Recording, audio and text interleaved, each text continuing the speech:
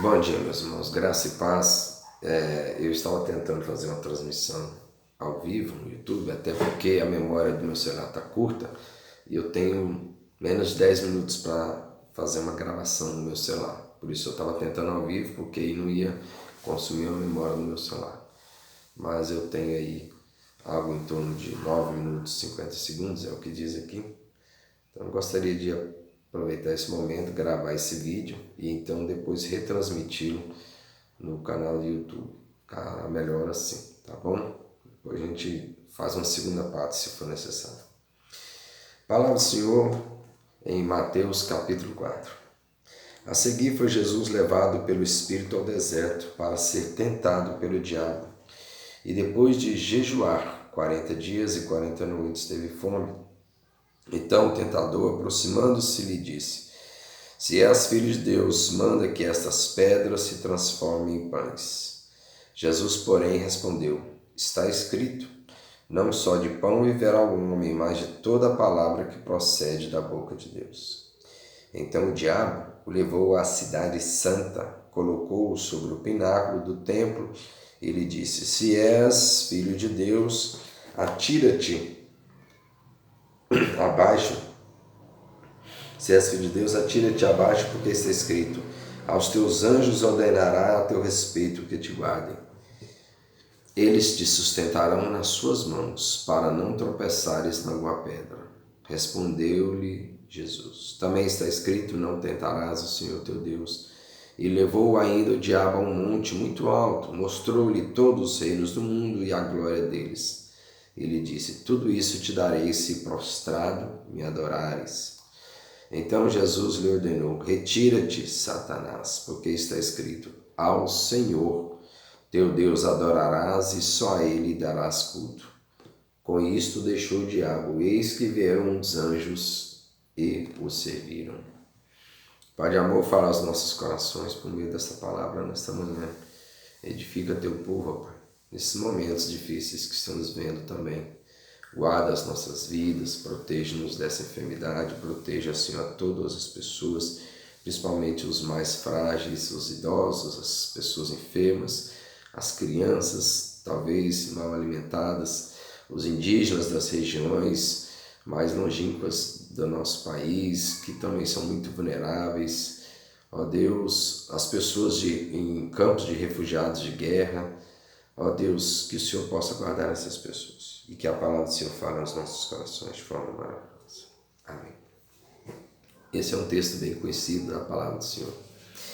E este texto nos apresenta exatamente um momento crucial na vida do Senhor Jesus. Isso é muito importante nós atentarmos para esta passagem que ficou conhecida como a tentação de Cristo. Ou seja, Cristo sendo tentado pelo seu inimigo, o diabo, o nosso inimigo. Ela é uma passagem conhecida, mas também um marco na vida de Jesus. Foi um período realmente de grande importância para a preparação do seu ministério. Na verdade, Jesus ele deveria derrotar o diabo. E de fato Jesus derrotou. A sua derrota final, obviamente, foi lá na cruz, quando ele entregou-se para que ele morresse em nosso lugar, pagando o preço que nós não tínhamos condições de pagar. Para que Jesus realmente pagasse esse preço, ele precisava ser, de fato, um ser humano perfeito, como de fato ele foi, em tudo tentado, mas vencendo todas as suas tentações. Então essa passagem ela é extremamente importante e tem um valor extremamente alto para nós cristãos, porque ela nos mostra a vitória de Jesus sobre o diabo, a vitória de Jesus sobre todos os inimigos, o seu inimigo. Isso nos dando o Senhor assim um alento, porque assim nós vamos entender que de fato nós também venceremos, porque estamos em Cristo. Assim como Cristo venceu, nós também venceremos. Mas nós queremos também tirar algumas aplicações para as nossas vidas, é isso que nós vamos tentar fazer aqui num período curto, devido à necessidade de não alongar muito esse estudo.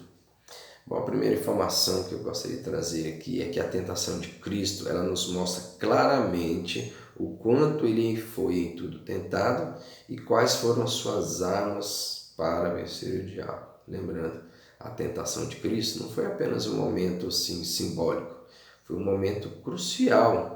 Ele precisava mesmo vencer o diabo, ele precisava mesmo mostrar quem ele era, um homem perfeito, um homem justo e um homem que não iria ceder às tentações. Obviamente, nós não podemos separar as duas naturezas de Cristo, que sempre será um mistério para nós. Deus estava em Cristo, Deus estava no Senhor Jesus, ali era o Filho, o Deus Filho, mas também ali era o homem, 100% homem, sujeito às tentações. Isso nós não podemos ignorar de forma alguma.